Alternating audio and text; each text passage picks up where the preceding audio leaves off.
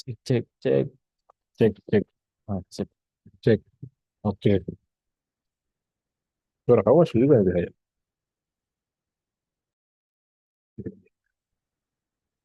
Pendekan, pendekan. Oh iya, Bang. Mulai Oh, fase mau resign. Ya, banyak ya poin menariknya kemarin, Mas. gitu. Heeh. Jadi bisa masuk ke setiap bab pendahuluannya pakai cerita pribadi dulu tuh, sebayangnya Oh, tuh. benar-benar. Kelihatan. Aman? Kelihatan? Mana ketakutan terbesar udah ya, Ya, yang udah. ibu ya, Ya. kalau salah. 18 juga mirip, mungkin coba bahas aja. Oke, Bismillahirrahmanirrahim. Assalamualaikum warahmatullahi wabarakatuh. Hari ini kembali lagi saya di podcast Titanya. Jadi hari ini kedatangan Kang Farandi juga. Beliau teman saya lagi bantuin nyusun buku juga. Jadi memang pengen nulis perjalanan kisah transisi karir saya, bahkan dari karir yang menurut orang kebanyakan adalah karir ternyaman gitu ya. Slow living terbaru, apa sih namanya, lupa aku.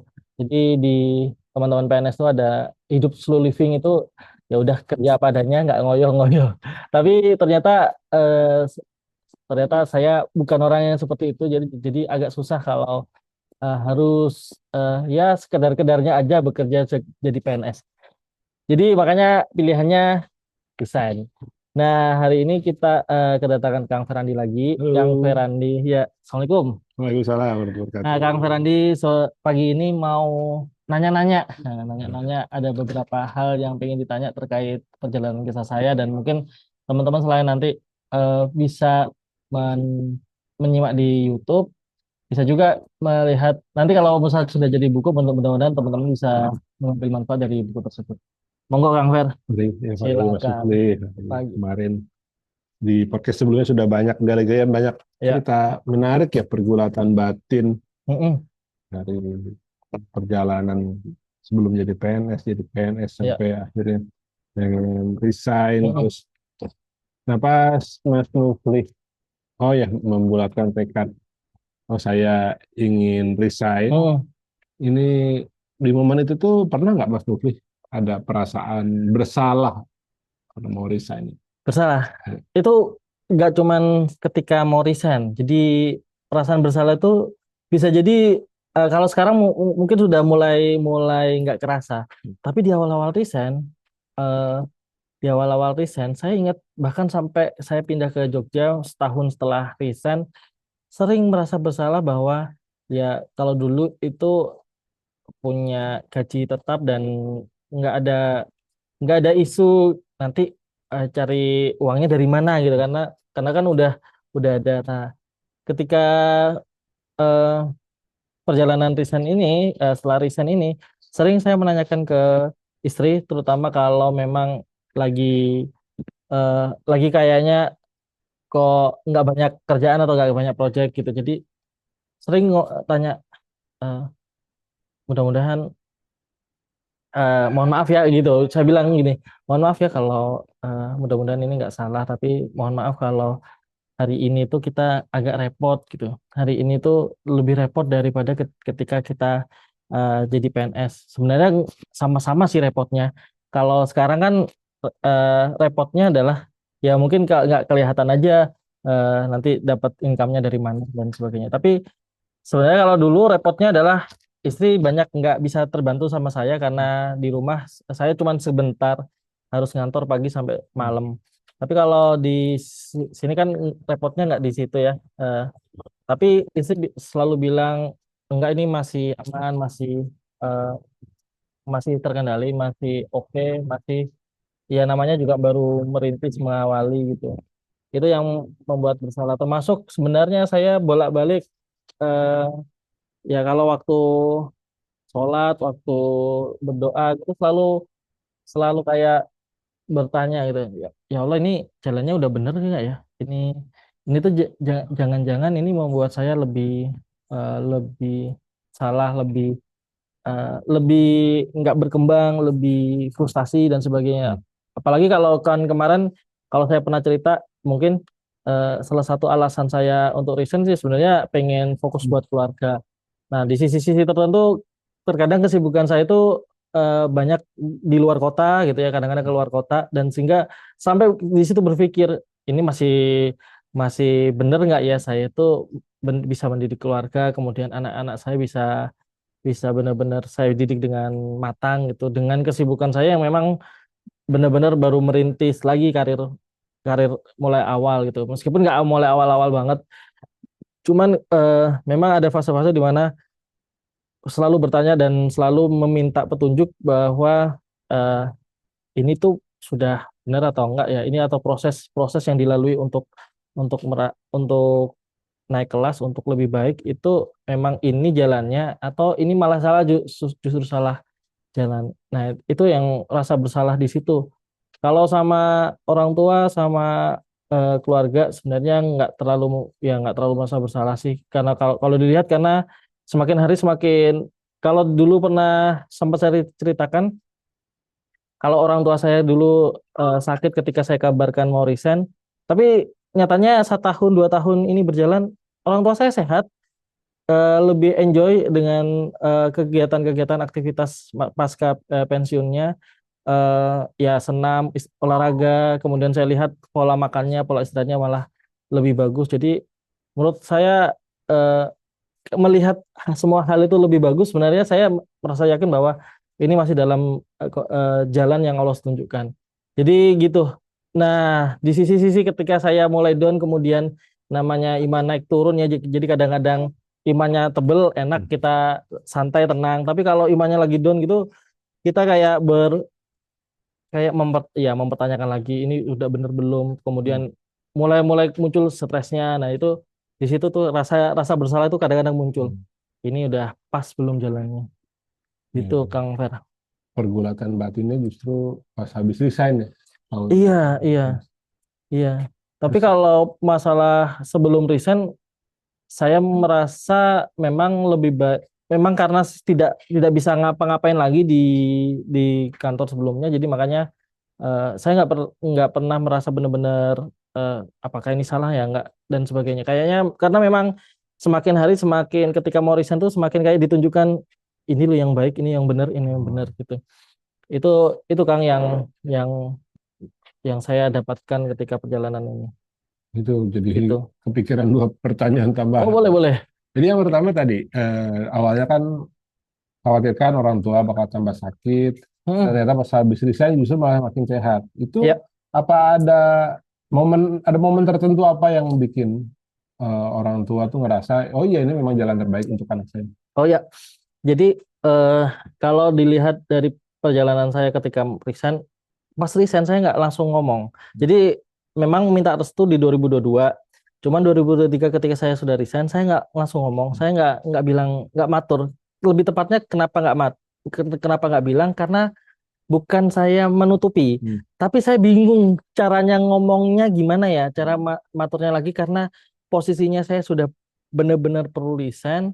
Tapi kalaupun nanti saya matur ke ibu, bapak, kayaknya masih mental aja gitu, nggak bisa diterima. Jadi saya bingung ngomong apa. Ya sudah ini eh, saya ya sudah berdoa aja, semoga Allah tunjukkan caranya gimana saya bisa ngomong sama ibu. Nah di 2023 eh, saya bilang saya nggak bisa ngomong sama ibu, tapi saya nggak menutupin. Jadi kalau saya diundang di podcast teman saya cukup viral di YouTube-nya, hampir 10 ribuan penonton. Jadi dan kalau dilihat dari komen-komennya, ada komen-komentarnya saudara-saudara saya yang ada di Blitar. Dan Hmm. saya menduga ini sudah sampai ibu saya. Jadi cerita resign itu sudah diangkat di podcast di teman saya. Kebetulan teman saya juga YouTuber dan kebetulan juga punya dan kebetulannya resign juga dari DJP. Jadi sama-sama pengen cerita dan dari situ nyebar tuh. Saya nggak nutupin dan eh, apapun informasinya ya sudah ngalir-ngalir aja dan saya memang merasa itu sudah nyampe ke ibu. Ya, kenapa merasa nyampe ke ibu? Karena ibu mulai menghindari ngomong langsung di telepon sama saya. Nah, momen ketika ya Allah tunjukkan jalan yang terbaiknya ya. Ternyata di ketika saya sudah ke ke Jogja di Sleman ini 2 Agustus 2023. Nggak lama kemudian adik saya terakhir yang laki-laki itu sudah berulang kali mencoba untuk mau menikah. Jadi Hmm. pengen menikah, melamar anak orang, gagal, bolak-balik gagal gitu. Nah, di sini termasuk yang istri yang jadi istrinya sekarang sebenarnya awalnya agak ditolak gitu Hmm. sama keluarga besarnya.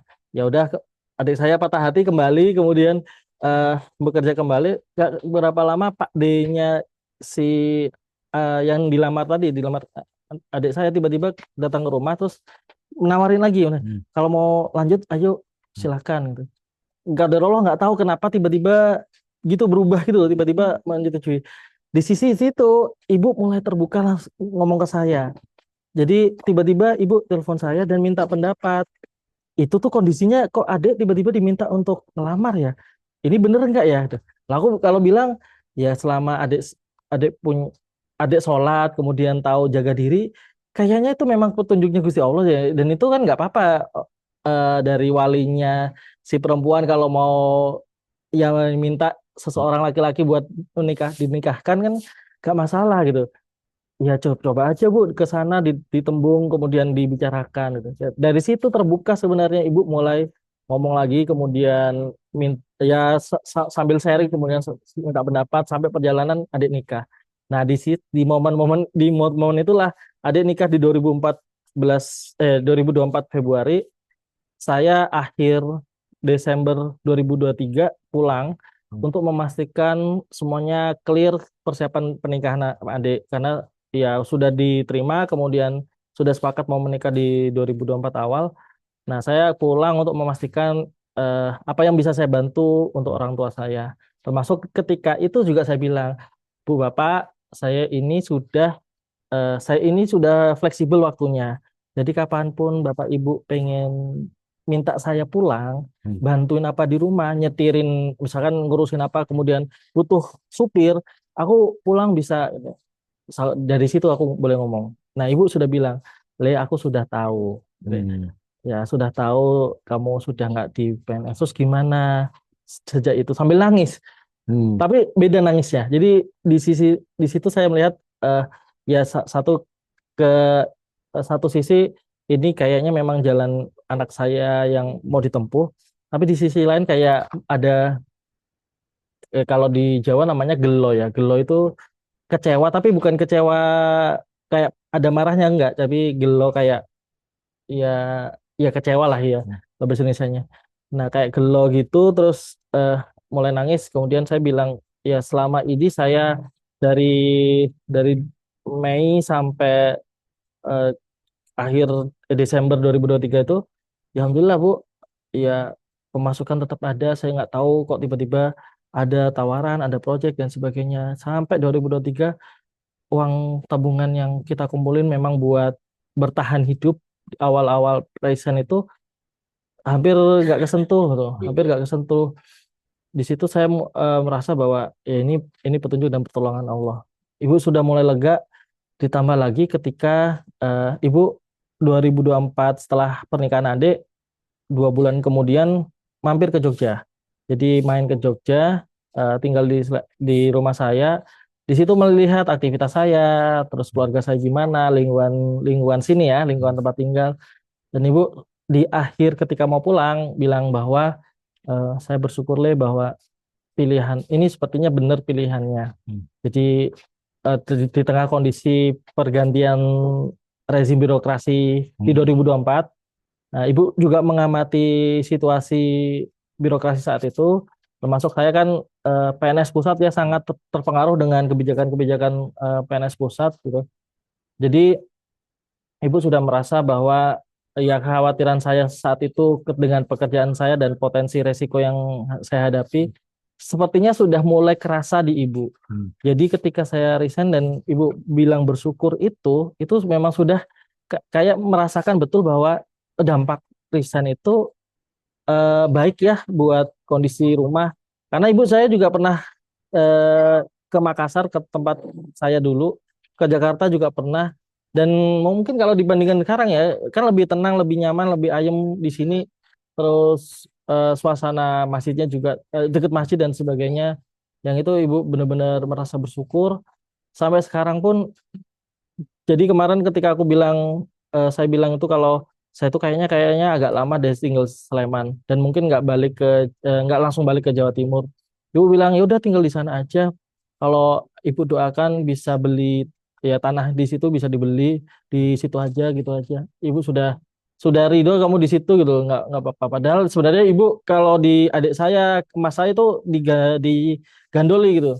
Tapi ibu lihat situasi sini benar-benar bersyukur. Bapak juga diajak keliling-keliling senang gitu. Keliling-keliling desa ini toh rasa senang. Hmm. Jadi rasanya di momentum itulah eh, ibu menerima gitu loh dan bilang, saya juga bilang saya tuh sebenarnya nggak butuh harta, nggak butuh apapun sebenarnya dengan cuman sebenarnya yang penting dari Bapak Ibu adalah doanya gitu. Jadi saya karena kerasa banget dari doa ibu bapak itu pertolongannya kerasa nyata dan itu lebih penting gitu loh daripada ibu susah-susah payah memikirkan eh, cari uang terus dikirimin ke saya kemudian atau gimana lah, nggak usah repot-repot, saya resign tuh nggak berhenti kok rezekinya. Jadi tapi ya yang saya butuhkan ya kalau ibu lagi berdoa saya minta didoakan juga. Jadi dari situlah ya ibu mulai tenang mau dan saya melihat bahwa sampai hari ini pun ibu sangat senang dengan melihat perkembangan anak-anak kami, anak-anak saya gitu ya, dengan banyak hal yang bisa dia capai, kemudian keceriaan tumbuh dengan baik dibandingkan mungkin ya kalau ibu merasa dibandingkan dengan anak-anak yang lain gitu ya mungkin ya jadi ibu merasa betul karena kalau diceritakan itu kayak merasa bahwa alhamdulillah ya Aisyah Safia begini gitu sekarang. Nah itu salah satu bentuk menurut saya salah satu bentuk ya syukur ibu dan wujud dari orang tua saya menerima kondisi saat ini gitu.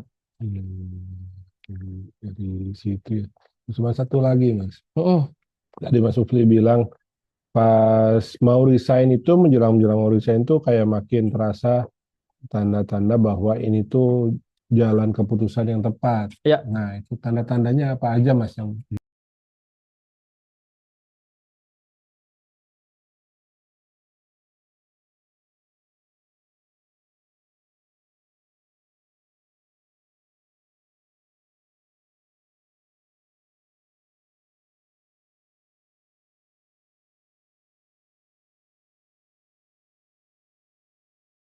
Iya, sungguh ya.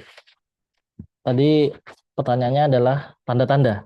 Iya, Tanda-tanda eh, gimana Mas Kang? Ini iya, petunjuk petunjuk ya. iya, ya Kak. Mesti ngerasa pas mau resign itu sebelum resign kayak menjelang resign itu kayak makin ngerasa oh ya ini mungkin ini kayaknya jalan yang tepat terus makin ngerasa yakin Hmm, makin lama. Itu apa aja sih? oke, yang saya ingat ya, Kang, kalau dilihat memang kalau perjalanan Mauritiusnya cukup Hmm. lama, tapi dari situ sejak saya pindah ke Jakarta 2019 itu sudah sering mempertanyakan kan, kenapa kok saya pagi-pagi banget harus ninggalin anak dan istri dengan kondisi keburu-buru, berjuang dengan macet ketika di kantor masih lenggang, belum Hmm. belum banyak yang dikerjakan. Itu sudah sering bertanya-tanya, cuman nggak nemu-nemu jawabannya. Nah, tanda pertama yang saya temukan ketika istri mulai belajar tentang mengenal potensi diri, bakat, tapi bukan untuk produktivitas dia untuk mengajar ya, tapi dia pengen anak-anak berkembang sesuai dengan potensinya. Nah, belajarlah bakat, bahasa bakat. Nah, dari situ saya agak antipati, tapi kok lama-lama terdengar menarik Hmm. sampai akhirnya saya ikut suatu webinar kemudian tertarik betul, oh ternyata kalau kita itu salah salah menempatkan posisi dan menempatkan diri tidak sesuai dengan potensi kita, ya bakal bakal bisa ngerjainnya tapi bakal susah dan yang namanya nggak sesuai ya bakal tetap aja akan stresnya akan tinggi, kemudian tingkat tingkat kerentanannya juga tinggi. Nah, dari situ aku sadar bahwa kayaknya memang ini kun- kuncinya. Saya perlu benar-benar tahu betul potensi saya dan saya pengen memanfaatkan ini. Nah, ada istri saya tercetus bahwa kamu belajar aja ini materinya talent mapping dan Hmm. mengenali diri dan sebagainya. Kayaknya cocok bagi kamu yang kayaknya seneng ngajar gitu. Hmm. Istri saya yang ngomong kayak gitu. Nah, akhirnya saya ikut. Nah, dari situ ketemulah sama guru saya Kang Firman. Dari situ juga akhirnya dibikin ada program yang recent present program itu dibikin. Kemudian dari itulah ketemulah semacam yang membuka lagi sudut pandang bahwa oh ketika mau resign tuh sebenarnya yang divalidasi ini, yang mau penting mau dicapai itu ini, apa yang mau diperjuangkan, terus bagaimana cara kita untuk mempersiapkan segala hal infrastruktur kita misalkan mau resign gimana, termasuk bagaimana ketika kita kalau sudah mengenali diri sendiri potensinya apa, gimana caranya biar potensi ini jadi produktif bermanfaat bagi orang lain. Nah, di situ mulai ketemu eh bentar, bentar. Mulai ketemu eh dan akhirnya eh, dari situ ngerasa bahwa kayaknya ini mulai petunjuknya. Nah, di sisi dimana eh ya sampai akhirnya ketemu dengan suatu kondisi di mana di kantor juga mulai butuh bahwa ini nggak, ini sudah mulai nggak pas, ini perlu, ini nggak sesuai dengan saya, nggak sesuai dengan, tiba-tiba kelihatan loh semuanya bahwa ini tuh nggak sesuai dengan karakter diri saya, nggak sesuai dengan value yang saya bikin gitu. Sampai di akhir ya di ketika saya melontarkan mau resign dengan istri, istri benar-benar serius untuk membicarakan itu. Hmm. Satu sisi sebenarnya tantangan ketika istri meminta penjelasan seluruhnya gimana persiapan mau resign, tapi di satu sisi lain sebenarnya itu bentuk saya untuk memperkuat diri saya dan saya merasa bahwa ini tuh sinyal bagi istri mendukung. Nah, ketika ke mertua sama, kalau yang saya khawatirkan sebenarnya ke mertua, khawatirnya ya soal ke anaknya, Hmm. ya gimana mencukupi kebutuhan anaknya gitu ya, istri saya, cucu-cucunya gitu. Tapi justru ternyata mertua saya dukung. Hmm. Ayo segera aja gitu. Karena ternyata mertua saya tuh merasa bahwa saya dengan pekerjaan saya itu membuat saya tuh tidak Hmm. apa ya, aura ketika pulang itu Hmm. yang dibawa itu ada yang negatifnya atau enggak enggak happy gitu. Nah, di sisi lain orang tua, mertua saya mendukung. Nah, di situ tuh mulai terbaca termasuk ketika pasca resign-nya, eh, saya masih yakin kenapa ini jadi jalan petunjuknya karena kayak kayak semacam ada yang dipersiapkan, Kang. Saya ke sini eh, sebenarnya saya nggak tahu setelah resign mau kemana. Dan saya resign itu kan akhirnya dicantolkan karena anak saya mau sekolah tapi bingung mau sekolah di mana. Akhirnya saya bilang ke istri, ya sudah saya itu mau resign kalau kita sudah menemukan sekolahnya anak di mana. Bukan menemukan saya kerja di mana, karena saya nggak kebayang juga mau kerja di Jakarta gimana. Nanti kembalinya nanti akan ketemu lagi dengan pola-pola kerja yang sangat sibuk gitu. Nah, akhirnya diputuskan ke Sleman, belum tahu mau tinggal di mana, belum tahu rumahnya siapa yang mau disewa. Dan sampai di hari H saya minta tolong ke teman-teman di sini ya di Sekolah Alam Yogyakarta buat cariin kontrakan. Belum ketemu sampai ketika saya mau datang, tiba-tiba ketemu tuh rumah.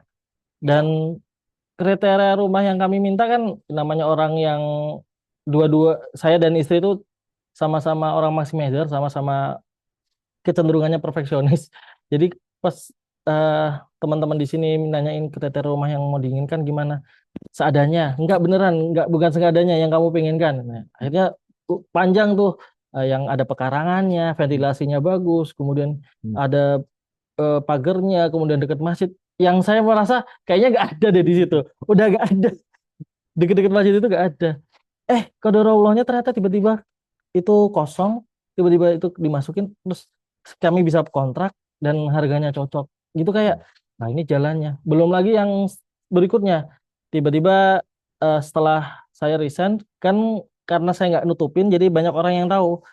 Dari banyak orang yang tahu, akhirnya banyak tawaran-tawaran, Mas tolong bisa nggak nolong untuk kerjaan ini, satu bantuin bisnis saya bantuin marketing, bikin konsep marketingnya, pola-polanya, terus dari situ tuh belum ke TM ya, belum ke Pathfinder juga, tapi banyak yang minta tolong waktu itu sehingga eh, bikinin modul gitu.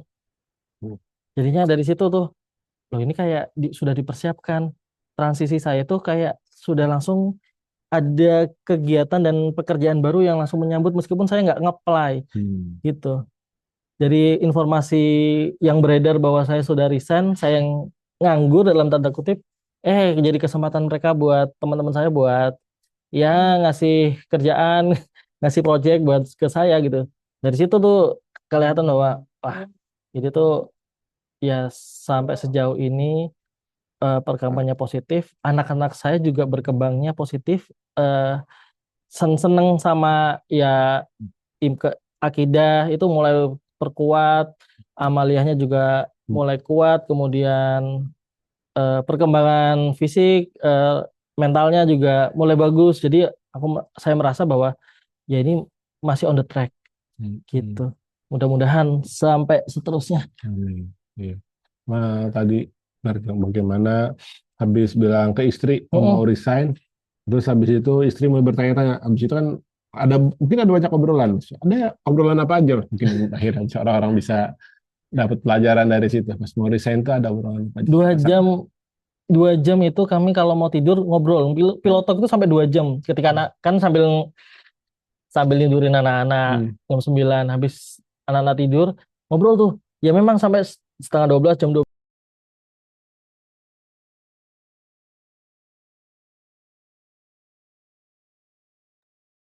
ini sudah kita sampai tunggu sampai nyambung cek cek belum nyambung cek cek oke ini masih nge-record oke Oh, ya, double-double ya. oke tadi pertanyaannya apa Iya, obrolannya sama istri. jadi kami tuh obrolan apa aja yang muncul dengan istri sebenarnya kami tuh agak cukup lama pilot talk 2 jam ketika menjelang tidur di ranjang bareng-bareng anak-anak juga ngobrolin soal satu kenapa perlu resign, kedua apa yang dilakukan setelah resign Hmm. gitu. Karena saya saya tuh sebenarnya nggak terlalu bisa membayangkan mau ngapain kan. Saya tuh orangnya nggak terlalu imajiner, nggak terlalu visioner lah. Jadi saya lebih banyak apa yang mau. Belum boleh, boleh apa? Iya, Cen. Jadi apa yang ada hari ini ya saya kerjakan. Tapi istri berbeda polanya. Hmm. Eh, karakter istri adalah memperjelas apa yang akan ada di masa depan. Hmm. Itu ya satu sisi mungkin itu sifatnya, satu sisi lain kan memang naluriah mungkin naluriah wanita ya, Hmm. butuh rasa aman dari suaminya mungkin. Nah di sisi situlah saya akhirnya oh di sini nggak nyambung ya. Itu rekaman sini ada. Rekaman ada Iya. Sebenarnya dari itu juga bisa mas nanti. Kemarin dari mana? yang Kang Firman itu saya ambil dari rekaman Rekaman aja. rekaman Zoom. Ini rekaman Zoomnya di Di di di ini bukan di cloud sih di ini tapi nanti ada transkrip kan? ada Iya. Kemarin yang Kang Firman itu saya ngolahnya dari transkripnya ini. Kang Firman. Sebenarnya ini kalau mau ditranskrip ada kali ya. Hmm? Tapi ini bukan di lokal sih kan? Hah? Di lokal. Iya lokal nggak apa-apa.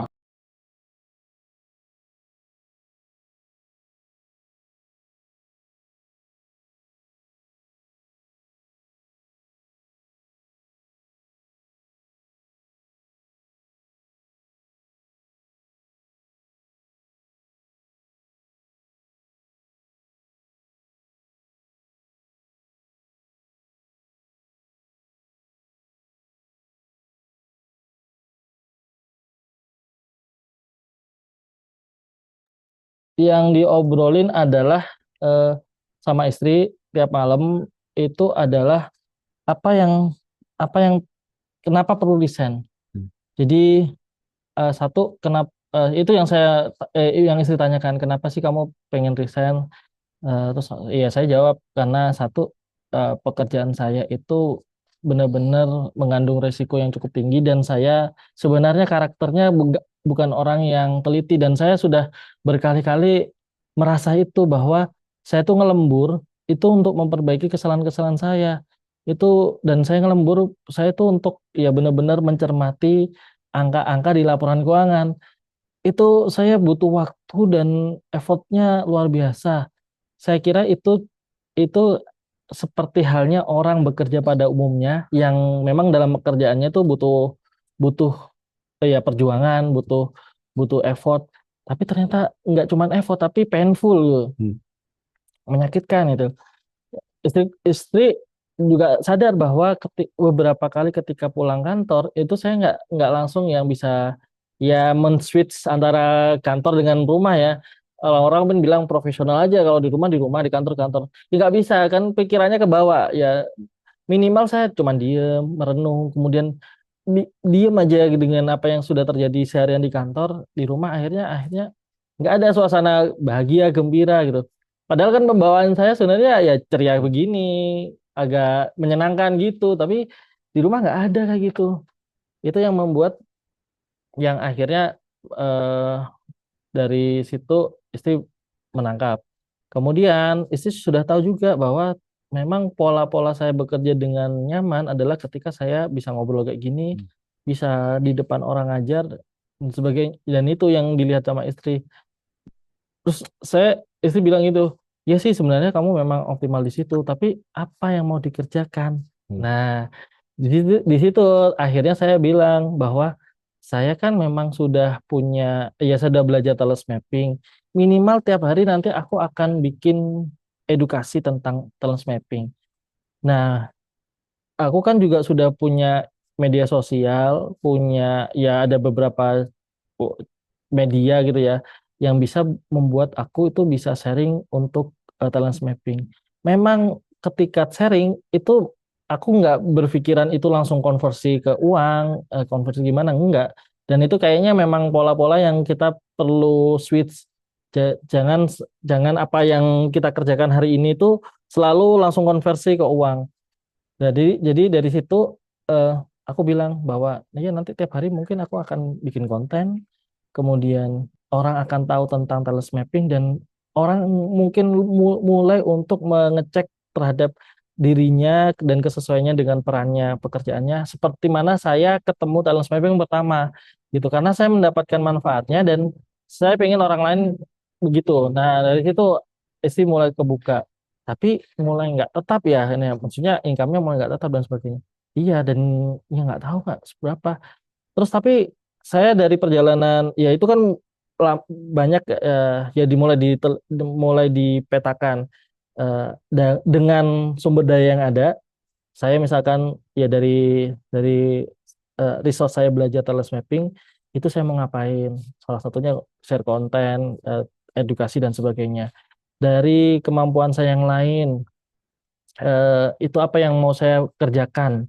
gitu. Saya suka nulis, ya saya mau mungkin nanti akan nulis lagi. Saya mau suka ngedit-ngedit video ya mungkin akan menjalani seperti itu gitu. Dan eh, sampai saya kepikiran bahwa mungkin daily activity-nya dari rumah. Kayak kepikiran kalau kita nanti memang punya rumah yang punya pekarangan, gimana kalau bikin kolam lele? Aku bisa belajar kok tentang gimana ngembangin lele, kemudian nanti kita bisa ya jualan lele di situ gitu. Terus kalau mau dibuka jadi ya rumah makan atau dibikin apa sajian makanan, kayaknya bisa deh gitu. Tapi kita coba dulu gitu. Yang mana yang dari sumber daya yang saya miliki itu bisa dimanfaatkan. Jadi mulai dari apa yang saya punya waktu itu, Hmm. saya saya ajukan dari sumber daya ini, saya punya laptop ini, diapain laptopnya. Saya punya Instagram, mau diapain dengan Instagram saya. Mau saya punya kemampuan ini, keahlian ini, pernah belajar ini itu saya petakan. Satu-satunya yang nggak saya teruskan dari resource yang pernah ada adalah soal pajak.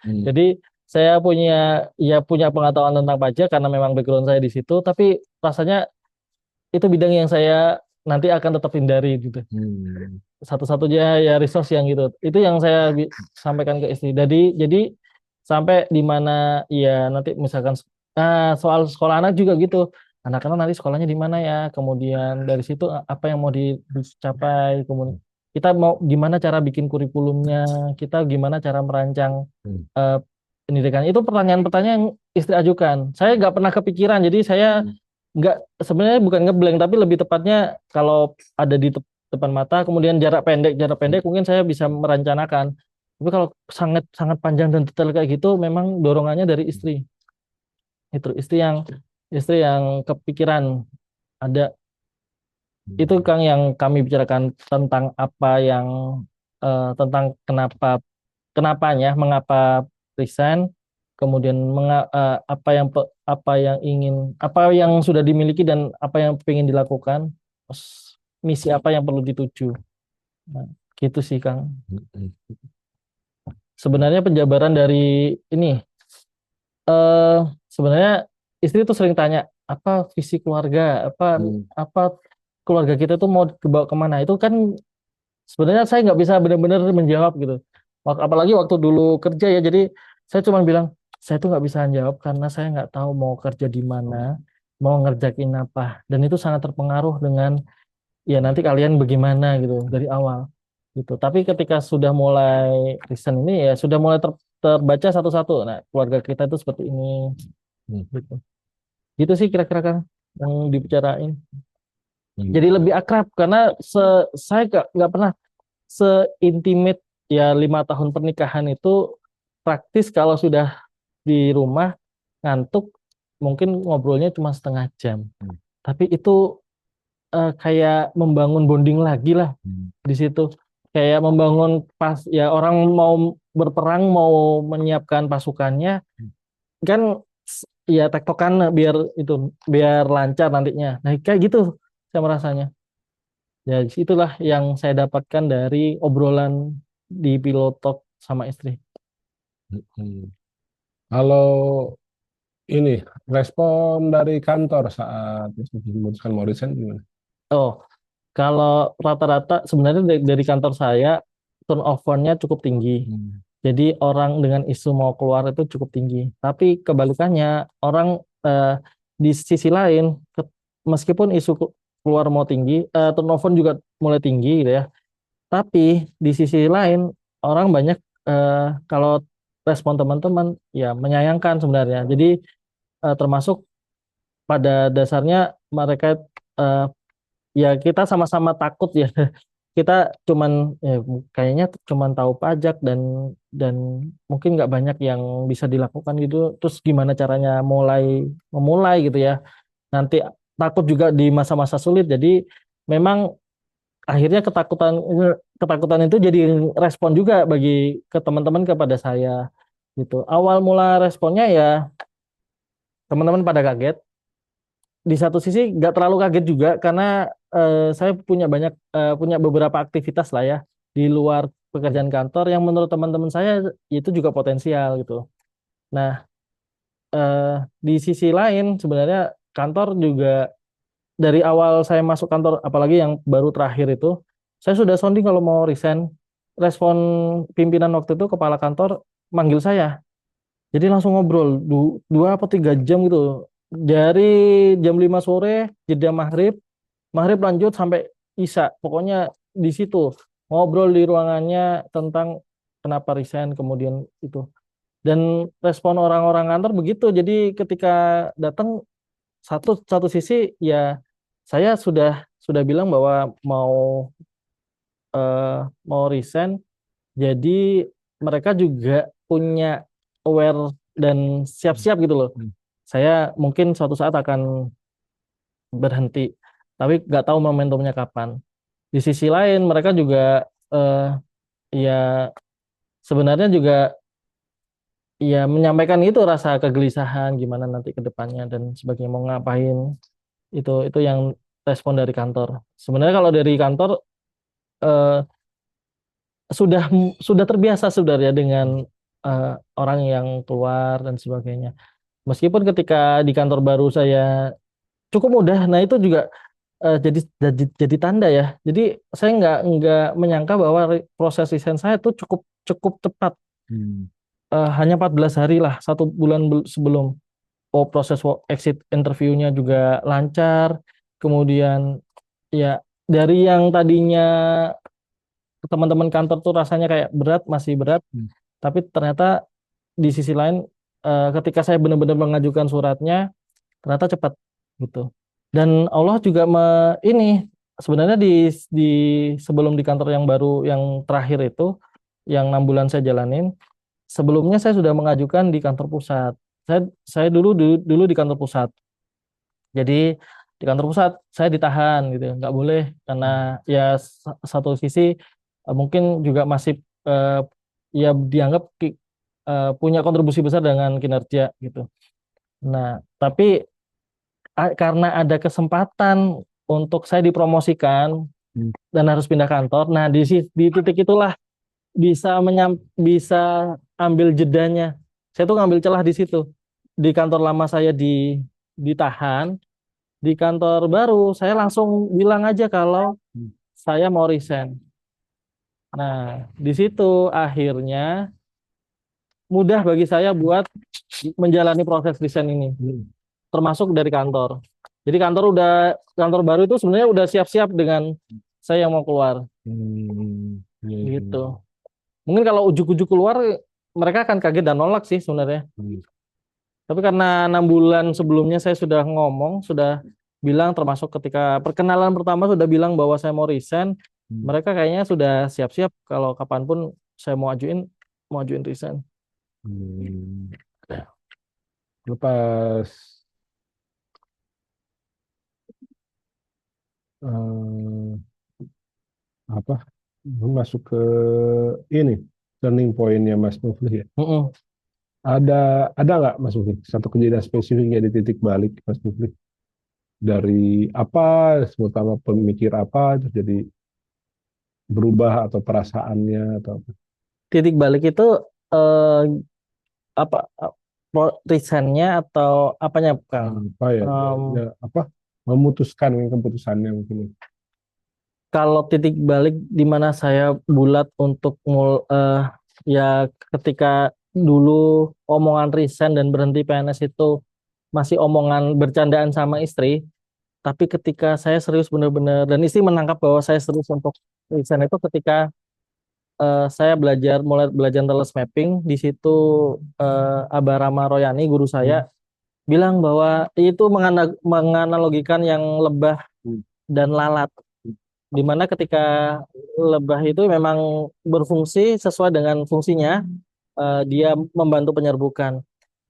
Nah, pada pada lalat itu yang menarik adalah fakta lalat yang saya juga sebenarnya nggak terlalu fokus di situ kan, fokusnya kan lalat menyebarkan penyakit, lalat itu ya menyusahkan orang-orang. Tapi ketika itu Abah bilang bahwa lalat itu diciptakan Allah itu punya keunggulan dan semua makhluk hidup itu punya keunggulannya masing-masing.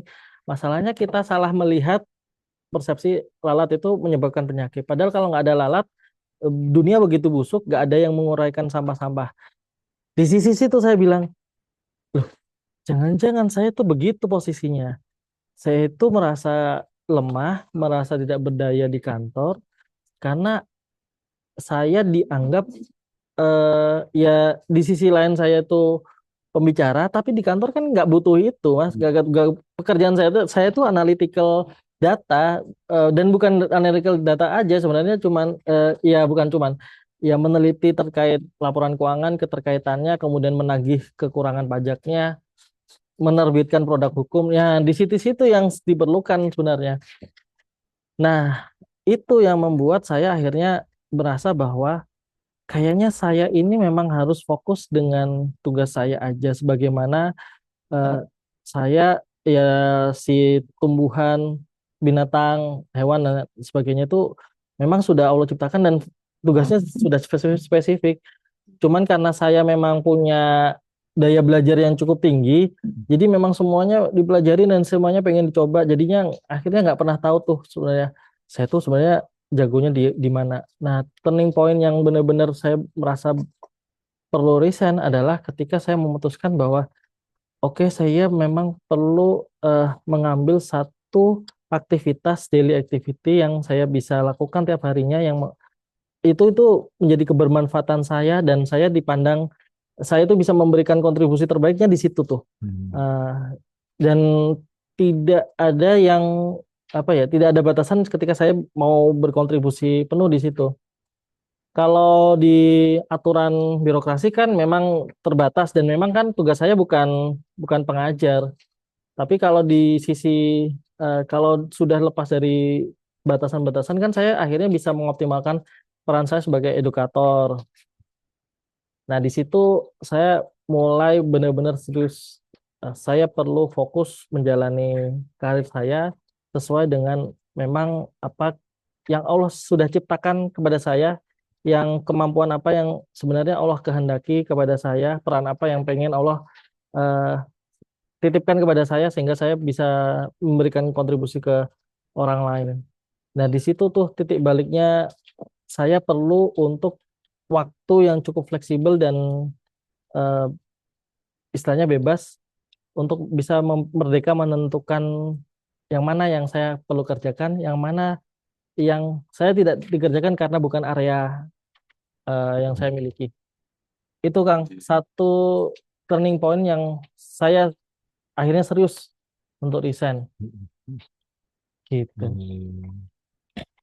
Menarik. Eh, Perubahan mindsetnya. Mm-mm, Terus tadi mungkin ini pengen dengar mungkin ada momen lain lagi, ada orang bilang sesuatu saya tadi Abah Ramai. mm-mm. Mungkin ada kalimat apa yang Mas Lutfi dengar yang itu yang akhirnya membuka mata Mas Lutfi. Kalau ini entah lupa saya apa sudah pernah cerita di episode sebelumnya belum. Cuman yang pernah istri bilang bahwa itu salah satu juga hampir bertubi-tubi sebenarnya beberapa kejadian itu titik balik itu ke saya. Termasuk pindah saya ke Jakarta itu jadi titik balik saya mulai merenung.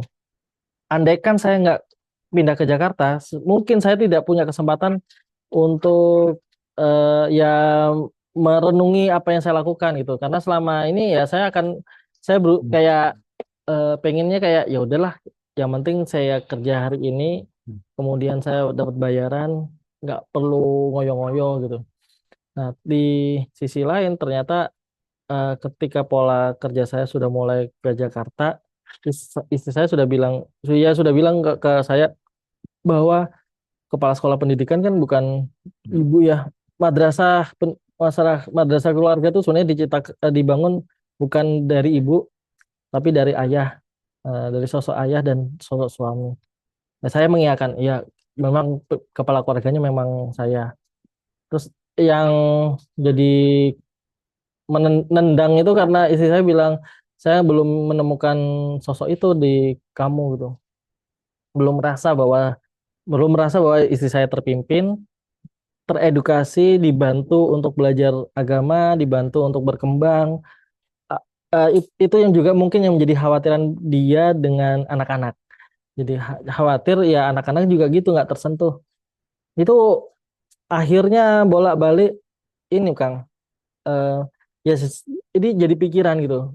Saya nggak marah tapi kayak aduh iya ya gitu.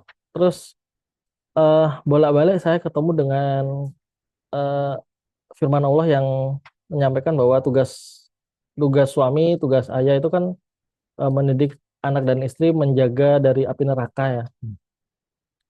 Di situ saya sadar betul bahwa loh kok nggak tugasnya cari uang ya, bukan tugasnya semata-mata ya cari uang, bekerja, mencari nafkah. Itu tuh eh, kayaknya bisa-bisanya kita aja yang mencari nafkah jadikan tugas utama gitu. Padahal kayaknya tugas utama kita sebagai lelaki yang punya keluarga, yang memimpin keluarga, itu yang menjaga mereka, jagain mereka biar selamat dari api neraka dan mendidik mereka khususnya biar mereka bisa ya teredukasi kemudian bisa belajar agama dengan baik. Di situ yang eh, itu saya ngaji, di situ tiba-tiba ketemu, kemudian agak berulang-ulang tuh ngaji lagi kok ketemunya ke situ lagi, cantolannya ke situ lagi. Jadi ketika ngaji tuh yang dipelajari memang berbeda-beda kajian dan berbeda-beda guru. Kok sama arahnya ke arah sebenarnya lelaki tuh nggak cari duit, utamanya tuh nggak cari duit.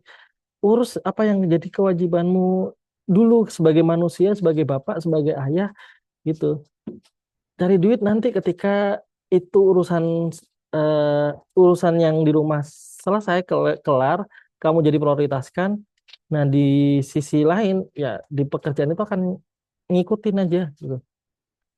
Itu itu momentum yang bolak-balik hadir di saat saya mau memutuskan resign dan memang udah mulai serius di titik itu dah saya mulai serius memikirkannya Mas Ang. Hmm. Jadi, Hmm. monggo. Ya, tahu ya mungkin ini sebenarnya juga pernah cerita. Jadi Ah, pas momen itu apa yang lebih Mas Lutfi takutkan? Bertahan di kantor atau pergi? yang takut ya. Yang lebih masih takutkan. Aslinya dua-duanya kan takut ya nih. Satu bertahan itu takut karena nanti makin lama makin kita kayak Allah sudah ngasih petunjuk nih. Meskipun saya juga nggak yakin apakah ini Allah yang tunjukkan atau bukan. Karena kan bener-bener ngeblank ya, sih. Ya cuman saya nggak punya dorongan untuk langsung yakin kepada satu hal. Tapi tanda-tanda ketika mau perlu ditinggalkan tuh ada. Cuman saya eh, takut bertahan itu takut karena kalau semakin lama saya abai dengan tanda-tanda ini, jangan-jangan nanti Allah nggak kasih lagi. Hmm. Padahal itu hal yang baik gitu. Tapi saya tinggalkan kayak ya akhirnya kan ya kayak orang diperdengarkan azan, sholat, nggak sholat, terus-terusan aja lama-lama kan hatinya kan keras ya mengeras dan membatu. Nah, kayak kalau khawatirnya begitu, itu yang saya khawatirkan. Nah, di titik khawatir itu, jangan-jangan saya sudah masuk ke lingkaran yang mana area-area yang nggak terpuji, area-area yang tercela di pekerjaan-pekerjaan yang mungkin karena pekerjaan saya dengan fraud itu cukup cukup dekat, Kang. Cukup benar-benar eh, berse- mau mau melakukan fraud itu sangat mudah. Hmm. Jangan-jangan nanti tiba-tiba saya berada di dalam saya nggak bisa sadar. Padahal saya sudah disadarkan sama Allah di titik itu. Kalau bertahan. Nah, keluar pun juga takut sebenarnya. Ya takut belum tergambar aja gimana nanti ke depannya dan apakah ini lebih baik ataukah enggak. Sama-sama takut tapi justru yang saya lebih takutin adalah makin lama makin saya takutin adalah ketika bertahan saya nggak mampu menjaga value diri saya, menjaga kejujuran saya, nggak mampu menjaga nama baik orang tua saya, Hmm. nggak mampu menjaga anak-anak saya. Itu yang saya takutin. Jadi kalau bertahan sepertinya saya tidak bisa mempunyai kendali penuh terhadap apa yang harusnya saya pimpin, keluarga saya, diri saya sendiri, gitu. Makanya saya lebih takut ketika bertahan di kantor gitu. Maka lebih makanya akhirnya memilih keluar itu kalau dengan mempertimbangkan mudorotnya, manfaatnya, sepertinya lebih manfaat saya di luar meskipun sama-sama saya nggak tahu mau ngelakuin apa, tapi saya punya kemerdekaan untuk memilih saya hari ini itu di orang saya bisa nolong orang itu dengan cara apa. Nah, yang dulu terbatas dengan waktu, dengan aturan jam kantor, nah sekarang kan lebih bebas. Nah, monggo aja yang mau dimintain tolong saya juga juga bisa bantu apa, Hmm. disitulah saya akhirnya punya mindset bahwa eh, kayaknya kesempatan-kesempatan terbuka itu malah justru ketika saya resign meskipun saya nggak tahu nanti Hmm. seberapa banyak yang saya akan dapatkan misalkan Hmm. seberapa terjamin rumah dan keluarga ini gitu Kang. Hmm. Hmm. Terus berikutnya eh, mengenai definisi aman nih Mas. Ya, Dari pengen dengar iya perubahan, monggo Pak. maksudnya apa? Perubahan definisi aman pas dulu pas masih kerja, Heeh. terus pas mutusin oh ya yakin mau resign, definisi amannya seperti apa. Terus sekarang nih habis hampir 3 tahun resign, Mm. definisi aman itu jadi sekarang jadi kayak gimana? definisi aman sekarang ya. Yang dulunya gimana, pas Oh, kerja gimana, pas mutusin mau resign, wah menurut saya aman. Dan setelah 3 tahun resign, itu hmm. berubah ini. Ini menurut saya ya. Ya, benar. Jadi jadi kalau aman aman dulu adalah ketika saya bis,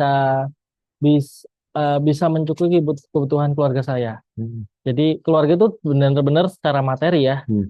Saya eh, mungkin hari itu bisa makan, kemudian saya bisa memberikan eh, rumah, maksudnya tempat tinggal, kemudian kecukupan makan, gizi dan sebagainya. Itu menurut saya aman.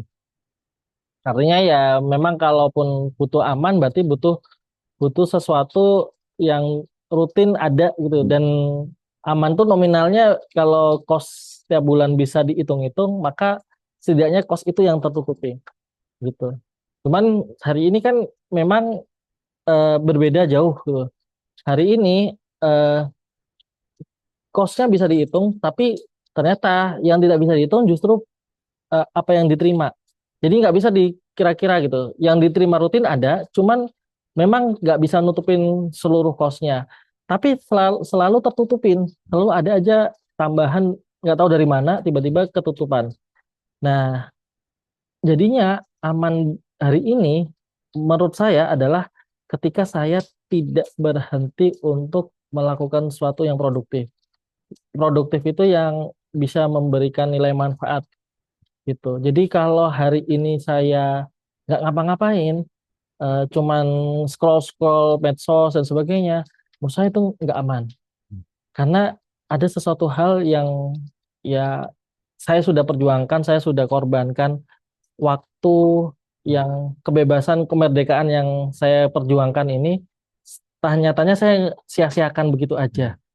Nah, inilah yang menurut saya definisi aman ketika hari ini saya bisa memberikan dampak baik eh, dan saya mungkin belum bisa memastikan seluruhnya hari ini lebih baik dari kemarin, tapi berusaha untuk ke situlah. Jadi definisi aman menurut saya begitu hari ini, Kang. Dari aman definisi itu saya bisa mencapai indikator saya bisa bermanfaat.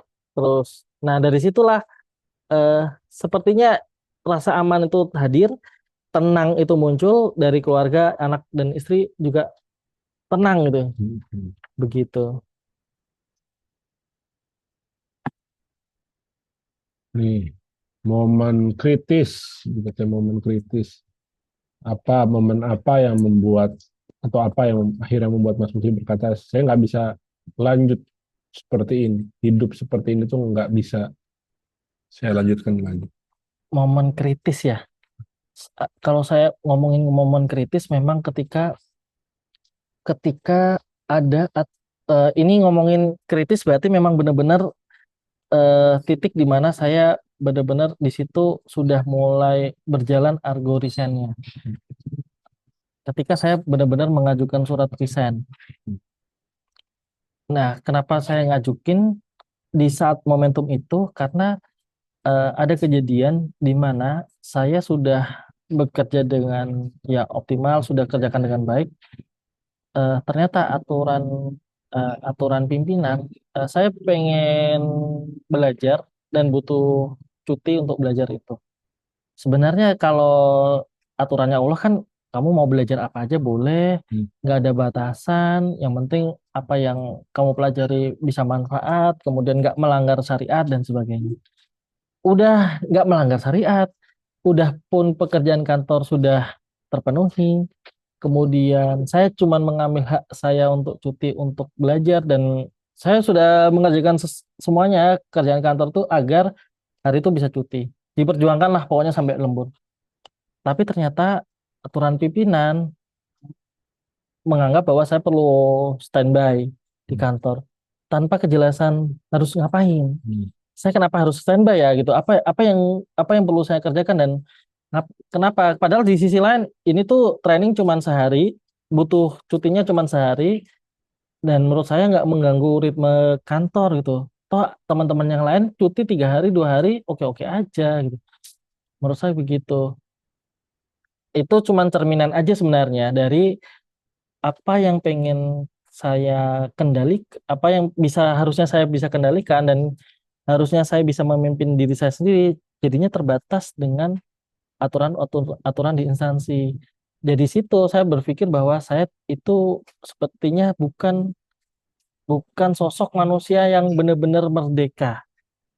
Hanya dengan karena punya gaji, punya tunjangan ini jadinya saya jadi terbatas melakukan sesuatu pun yang baik Hmm. gitu. Padahal belajar. Nah, bisa jadi di bisa jadi yang lain begitu juga Hmm. nantinya. Jadi mulai berpikir bahwa disitulah eh, momentum saya perlu resign. Hmm. Manusia merdeka. Iya, Ya, ya, ya. khawatir nanti ketika ke depannya saya banyak kesempatan berbuat baik, Hmm. saya justru nggak bisa melakukannya. Hmm. Ya karena itu dinilai melanggar ya jam kerja dan Hmm. sebagainya. Ya nggak apa-apa sebenarnya, ya tapi kan saya sudah mengerjakan dan itu hak saya sebenarnya. Jadi kok dengan hak ini aja nggak bisa, apalagi nanti yang lain ya kalau tiba-tiba saya harus jujur dan harus menentang pimpinan saya yang salah. Nah itu kan susah Kang. Di sisi itu saya sudah sadar betul bahwa ini aja yang hak saya mau perjuangkan Hmm. susah, apalagi kalau nanti saya pimpinan salah, saya mengelak, eh, saya berani untuk menyampaikan yang benar yang mana, ya itu justru lebih sulit nanti. Makanya ya udah gitu, itu aja sih. Iya, terus ini udah persiapan berikutnya kan persiapan resign. Oke. Persiapan resign. Pas Mas Nufri mau resign, Hmm. itu persiapan pertamanya apa, Mas? Sebenarnya persiapan pertamanya mulai dari yang ngobrol-ngobrol sama istri saya itu. Hmm. Kemudian dari ngobrol-ngobrol dari istri saya, mulailah eh, ada apa yang mau disiapkan, apa yang mau dilakukan. Nah, mulai dari apa yang mau aktivitas yang dilakukan untuk meng- me- satu kan ini perlu melakukan sesuatu, eh, memberikan pemahaman ke keluarga besar terutama ibu saya, bapak saya. Terus kedua, bagaimana saya mulai mengoptimalkan sumber daya yang sudah ada, apa yang resource yang sudah punya, tapi hari ini yang belum dilakukan waktu itu, yang karena memang kesibukan saya yang belum ada. Nah, di situ saya mulai melakukannya. Hmm. Jadi persiapannya mulai dari Pilotalk itu menghasilkan identifikasi sumber daya apa saja, kemudian antisipasi terhadap resistensi apa yang Hmm. terjadi, termasuk kebutuhan. Bahkan istri saya juga bilang, kayaknya kalau memang 6 bulan kamu berusaha untuk nanti itu akan memulai dari awal, maka kan sebenarnya cost itu akan tetap ada. Makanya perlu tabungan. Ayo nabung yuk, gitu. Dari situ mempersiapkan tabungan dan sebagainya. Tapi meskipun begitu saya tuh sebenarnya nggak terlalu yakin bisa nabung. Hmm. Karena hampir tiap bulan tuh kayak habis gitu Kang. Hmm. Nggak tahu kemana mesti ada cost yang sangat tinggi buat buat biaya hidup di Jakarta sana. Tapi kodarulahnya ternyata ketika saya benar-benar niatan eh, mau resign gitu. Terus kemudian mulai merencanakan, dari situlah ternyata eh, ya tiba-tiba tambahan job itu ada. Hmm. Jadi persiapan tabungan, meskipun nggak banyak-banyak amat, target kami ya cuma 3 bulan sampai 6 bulanan bisa bertahan hidup tuh. Terus apa lagi ya? Identifikasi sumber daya itu yang paling penting menurut saya. Jadi apapun yang kami miliki, apapun yang itu mulai dioptimalkan, termasuk ketika butuh sumber daya baru. Misalkan saya sudah punya talent mapping nih, tapi ternyata klien saya itu butuhnya nggak cuma mengenali diri, tapi dipandu untuk mengoptimalkan eh, potensi dirinya. Hmm. Nah, di situ saya butuh ilmu baru, sumber daya baru berupa teknik coaching misalkan. Hmm. Nah, dari situ belajar. Nah, apa yang perlu dipersiapkan buat kedepannya, buat Hmm. resign. Jadi menciptakan, mengoptimalkan yang sudah dipunyain, kemudian yang sudah diidentifikasi itu mulai dioptimalkan. Kalau perlu sumber daya baru, itu mulai dicari gitu. Itu yang saya benar-benar persiapkan termasuk antisipasi eh, resistensi. Jadi apa yang kemungkinan muncul itu akan, ya di situ saya mulai memetakan, mulai dipetakan. Nah, kemudian yang terakhir yang menurut saya paling berdampak sampai sekarang adalah ketika saya belajar untuk merespon sesuatu dengan pilihan yang terbaik, dengan cara orang yang dengan manusia yang merdeka gitu. Jadi kalau dulu saya pengen merespon sesuatu, misalkan orang lain meminta saya buat ngajar, tapi saya ternyata ada kebutuhan untuk nggak, karena ngantor, jadinya nggak bisa ngajar waktunya, jadinya kan ketolak tuh. Hmm. Dari itu akhirnya saya belajar untuk menerima, merespon, memberikan respon yang terbaik yang saya bisa berikan. Hmm. Kalau ternyata ada yang mau minta ngajar, ya sudah, saya saya lihat, oh, memungkinkan, bisa, dan sebagainya. Maka konsekuensinya ketika saya bahkan perlu ada suatu waktu saya cuti, Kang.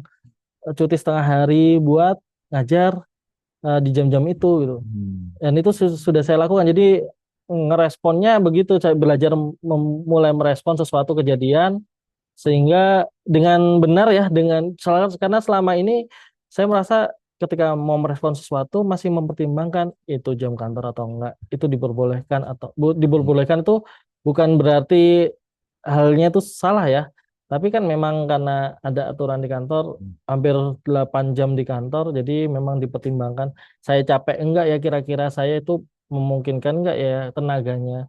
Nah, di situ-situ mulai belajar. Itu yang menurut saya persiapan eh, yang saya lakukan, mulai dari identifikasi, eh, mulai mengoptimalkan resource, menambah resource yang ada, kemudian mengantisipasi resistensi, dan yang terakhir ya melatih respon. Hmm. Begitu. Terus ini di fase ini ada nggak kesalahan yang hampir Mas Lutfi lakukan? Fase di fase persiapan itu ya Resign ya. hampir dilakukan. Kalau menurut saya yang kesalahan yang saya lakukan hampir ya itu ya ketika saya mulai menganggap bahwa ibu saya resisten, itu salah menurut saya. Hmm. Padahal sebenarnya ya itu karena menganggap ibu saya itu akan resisten, jadinya saya kan meminta restu, dan kalimat yang saya bikin itu sudah mulai cenderung defensif duluan. Gimana ketika ibu menolak? Hmm. Itu menurut saya kesalahan saya, dan sudah murni jadi kesalahan karena responnya ibu sesuai dugaan saya, ditolak gitu. Sebagaimana saya sebenarnya juga defensif untuk matur ke mertua, tapi ketika mertua support jadinya aman-aman aja. Tapi itu ketika dilakukan ke ibu sendiri, wah, itu menurut saya ini salah satu antisipasi yang menurutku saya nggak perlu deh kayak gini nih. Karena kalau kembali lagi, ya saya tuh lelaki dewasa yang harusnya sebenarnya bisa menentukan diri sendiri ya. Jadi menentukan arah sendiri, ya orang tua tinggal support aja gitu. Kalau di sisi sini, di sisi sebagai anak tapi sudah dewasa, sudah punya keluarga, memang harus harus mateng duluan gitu. Itu kesalahan saya karena saya seolah-olah meminta restu itu meminta dukungan materi juga gitu.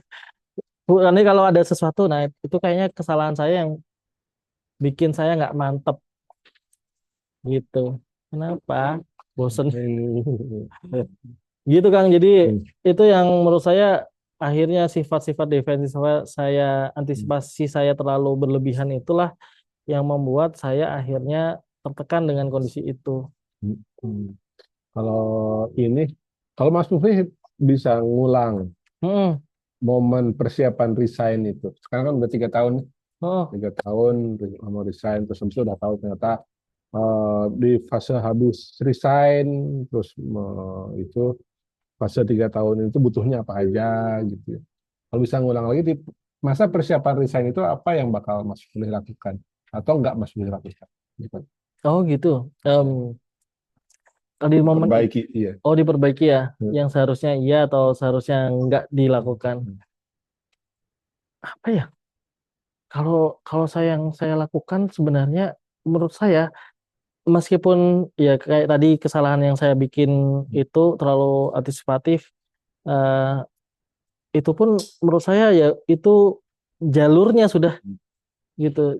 Kalaupun diperbaiki apa yang perlu diperbaiki, menurut saya ini sudah jalan yang saya nggak pernah duga dan nggak se nggak kalau kalau kita kalau kita mau melalui sebenarnya kalau dilalui kayak yang kayak nggak direncanakan kemudian kayak ya udah nggak jalanin aja gitu tapi kalau dilihat dari ke belakang dari hari ini sampai ke belakang kayaknya memang harusnya begitu deh jalannya jadi bahkan kesalahan pun itu itu jatuhnya ya ya wajar itu dilakukan gitu kalau sebentar saya sambil berpikir apa ya karena hari ini tuh nggak menurut saya nggak benar-benar ada sesuatu hal yang berdampak eh, ya negatif dalam artian enggak sih ya mungkin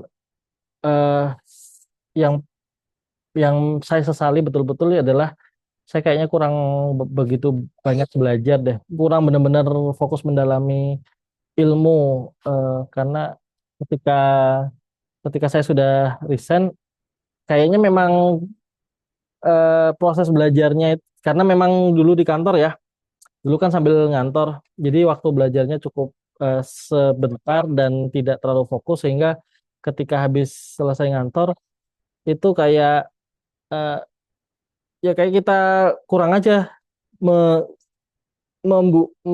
yang mengajar itu kayak saya sendiri merasa kurang memberikan kualitas yang terbaik misal jadi gitu edukasi yang saya berikan sepertinya belum tajam kayak gitu kalau mau mengulang momentum ya saya pengen memperbanyak hal yang saya pelajari, yang saya sharing hari ini, saya berikan ke teman-teman hari ini, itu pengen benar-benar dipelajari dulu gitu.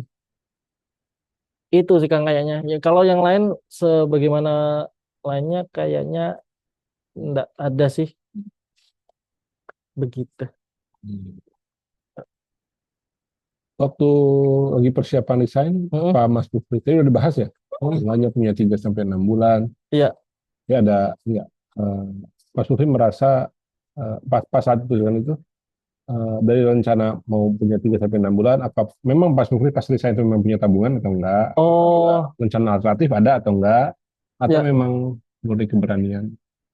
Sebenarnya kalau sebenarnya saya tuh mau risetnya 2022 itu Kang. Jadi ketika 2022 saya ya rencana saya sebenarnya pulang saya mau matur ibu ketika ibu sudah oke saya mau langsung aja Hmm. nah gitu itu nggak punya tabungan kan Hmm.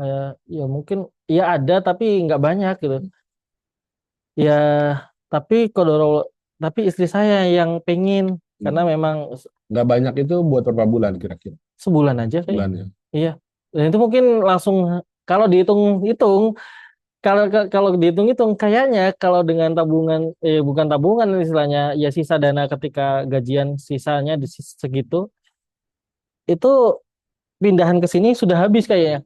Jadi ke sini tuh benar-benar mulai dari nol. Kalau hitung-hitungan kami ya ketika kemarin itu tapi istri yang menuntut harus ada dong Mas, harus ada dan sebagainya. Ya, ya saya belum bisa benar-benar menjamin ada ya. Saya bilang gitu. Saya belum benar-benar bisa menjamin ada karena saya nggak tahu ini dapat dari mana ya kita gitu. Saya nggak mau yang aneh-aneh gitu. Jadi ya doakan aja siapa tahu ada tambahan-tambahan untuk bisa nambah. Nah Hmm. kalau rollnya di situ akhirnya dikit-dikit terpenuhi.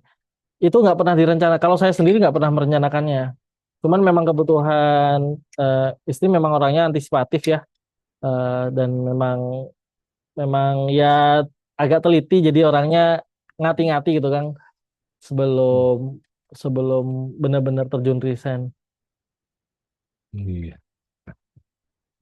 Persiapannya, nah ini masuk nih hari resign, hari ketika Mas Mufli hari terakhir bekerja sebagai PNS. Perasaannya apa Mas di hari terakhir bekerja sebagai PNS? Kalau jujur deg-degan sih Kang. Eh, karena sebenarnya kalau kalau di PNS itu kan ketika menyerahkan surat itu kan nggak langsung serta-merta resign ya. Beda dengan organisasi bisnis yang lain kan ketika menyerahkan surat langsung bisa keluar kan. Nggak, kalau di PNS kan memang ketika menyerahkan surat itu ada prosesnya. Nah sebenarnya yang deg-degan itu malah justru ketika sudah menyerahkan surat. Menyerahkan surat terus begitu pulang tuh sepanjang perjalanan itu kayak lega sebenarnya. Hal yang saya tahan-tahan itu bisa saya berani keluarkan. Deg-degan itu karena yang saya ulang itu bagian part surat Al-Fatihah part ini. Ihdinas siratal mustaqim. Iya karena berdua ya karena nasta'in ihdinas siratal mustaqim. Saya itu cuman manusia yang lemah dan saya butuh petunjuk lah. Ya, misalnya tolong Gusti Allah berikan petunjuk saya yang lurus. Saya ulang-ulang ketika motoran. Ya itu saya ini sudah waktunya berjuang gitu. Nggak sebenarnya bukan takut, lebih tepatnya ya deg-degan aja. Karena khawatir, khawatir benar-benar khawatir ketika saya benar-benar memutuskan resign, justru saya itu nggak kuat imannya. Nantinya jadinya saya itu nggak dikasih petunjuk Allah, nggak tahu tuh harus kemana gitu. Eh, makanya saya memposisikan saya tuh manusia yang lemah, nggak bisa ngapa-ngapain tanpa kehadiran Allah. Itu yang tak ulang-ulang ketika itu. Itu perasaannya lega, cuman benar-benar deg-degan. Eh, saya benar-benar di situ mengharap, benar-benar kayak mengharap hanya pertolongan Allah lah yang mungkin kami itu bisa terus bareng-bareng, keluarga kami bisa bareng-bareng, tujuan yang pengen kami tuju itu bisa tercapai, juga karena murni karena pertolongan Allah. Tapi di sisi lain di situ saya punya kelegaan karena di situ saya bisa benar-benar meyakini bahwa saya hanya bisa hidup karena pertolongan Allah.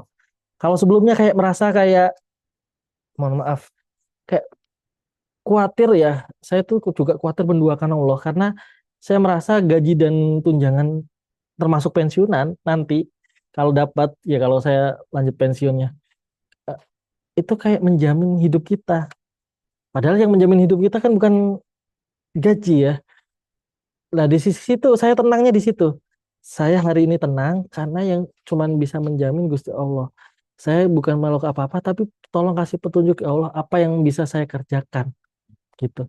Jangan sampai saya nggak punya apa yang bisa aktivitas yang bisa saya lakukan, nggak bisa jadi orang yang bisa berkontribusi. Jadinya saya jadi stres gitu. Nah, itu yang nggak saya harapkan. Nah, saya manusia yang lemah. Ayo, ya Allah kasih petunjuknya. Itu yang saya rasakan beberapa hari, termasuk ketika saya mulai merasa bersalah. Apa benar ya ini gitu. Saya bilang ke istri ya, istri bilang ini ini memang fase-fase di mana ada orang diuji gitu ya. Kamu sudah menikmati manis-manisnya ketika menjadi manusia merdeka. Tapi di sisi itu kan kamu dikasih ujian, apakah masih mengharapkan pertolongannya atau enggak lagi gitu. Nah, itu tuh eh, tapi ketika menyerahkan surat termasuk ketika ya hari pertama ketika benar-benar SK resign satu merasa ya sebenarnya lega gitu ya. Saya kan Itu berapa lama tuh? Ngeluarin agak surat, lama. sekali saya. Jadi saya tuh eh, Mei sorry sorry Mei mengajukan resign. Prosesnya sebenarnya cepat cuma 14 hari. Cuman gara-gara kepala kantor saya waktu itu ada dinas, jadi exit interviewnya nggak langsung bisa dilakukan. Juni itu baru exit interview. Juli masuk kantor pusat, surat saya 14 hari kemudian SK-nya keluar. Cuman saya memang mengajukan terhitung mulai tanggalnya di Oktober. Kenapa di Oktober? Karena satu ya sam- ini sekedar cuman pengen menuntaskan aja lah sampai 10 tahun. Hmm. Termasuk ketika saya mau resign, ditawarin sama atasan saya, kepala kantor saya, kok nggak ambil cuti besar aja setelah mau resign? Kamu nggak mau persiapan dulu, atau mau, kan ini mau pindahan tuh, kamu nggak mau perpindahan dulu dah, biar biar save dulu gitu. Apa mau langsung aja? Tadinya bilang saya langsung aja Pak gitu, saya langsung aja. Jadi sekitar Juli atau Agustus. Tapi dia bilang udah manfaatin aja dulu ini gitu. Meskipun di ketika cuti besar itu saya nggak dapat tunjangan sepenuhnya gitu. Jadi Juli sudah ada SK-nya, eh, Oktober, awal Oktober mulai benar-benar full. Nah, di awal Oktober itu ada momentum Jambore Talent Mapping di Jogja, dan saya panitianya di situ merasa bahwa kayaknya Allah memang persiapkan saya di berkecimpung di dunia ini deh. Hmm. Kok ya pas di tanggal 1 Oktober ini ketika saya hari pertama resign kok ada momentum momentum Jambore ya di Jogja lagi, kemudian saya tiba-tiba jadi panitianya. Eh, ya di sisi lain di situ saya mulai merasa bahwa ya Allah ini ya ya sudah mulai hidup ini aku pasrahkan ke kamu sepenuhnya gitu. Hmm. Gitu kan. Ya, Awal di situ. akhirnya Saya jadi mengingat-ingat. bisa saya Menarik sempat ya. sempat motong sesuatu ya tadi. Mas Muhyi mau cerita apa terus saya nanya berapa lama waktunya. Jadi tadi itu eh, apa? Mas Muhyi lagi cerita apa tadi ya? Apa? Lupa, Lupa. saya juga lupa. Sebelumnya bahas apa ya? Perasaan lanjutin aja kali ya. Iya, lanjut aja.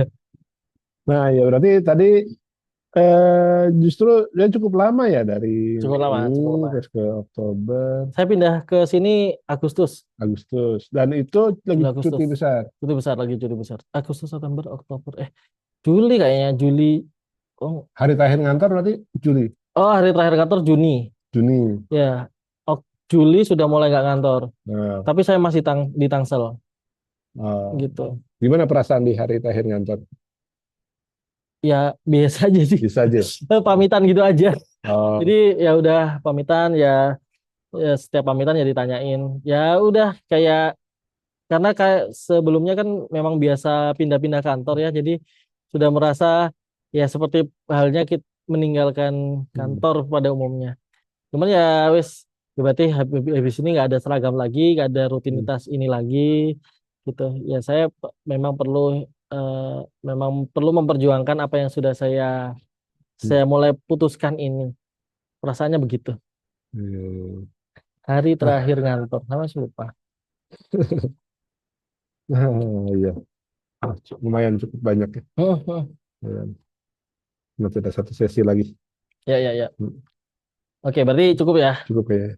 Oke, terima kasih teman-teman semuanya, atas perhatiannya. Mudah-mudahan kita bisa bertemu lagi dengan cerita berikutnya.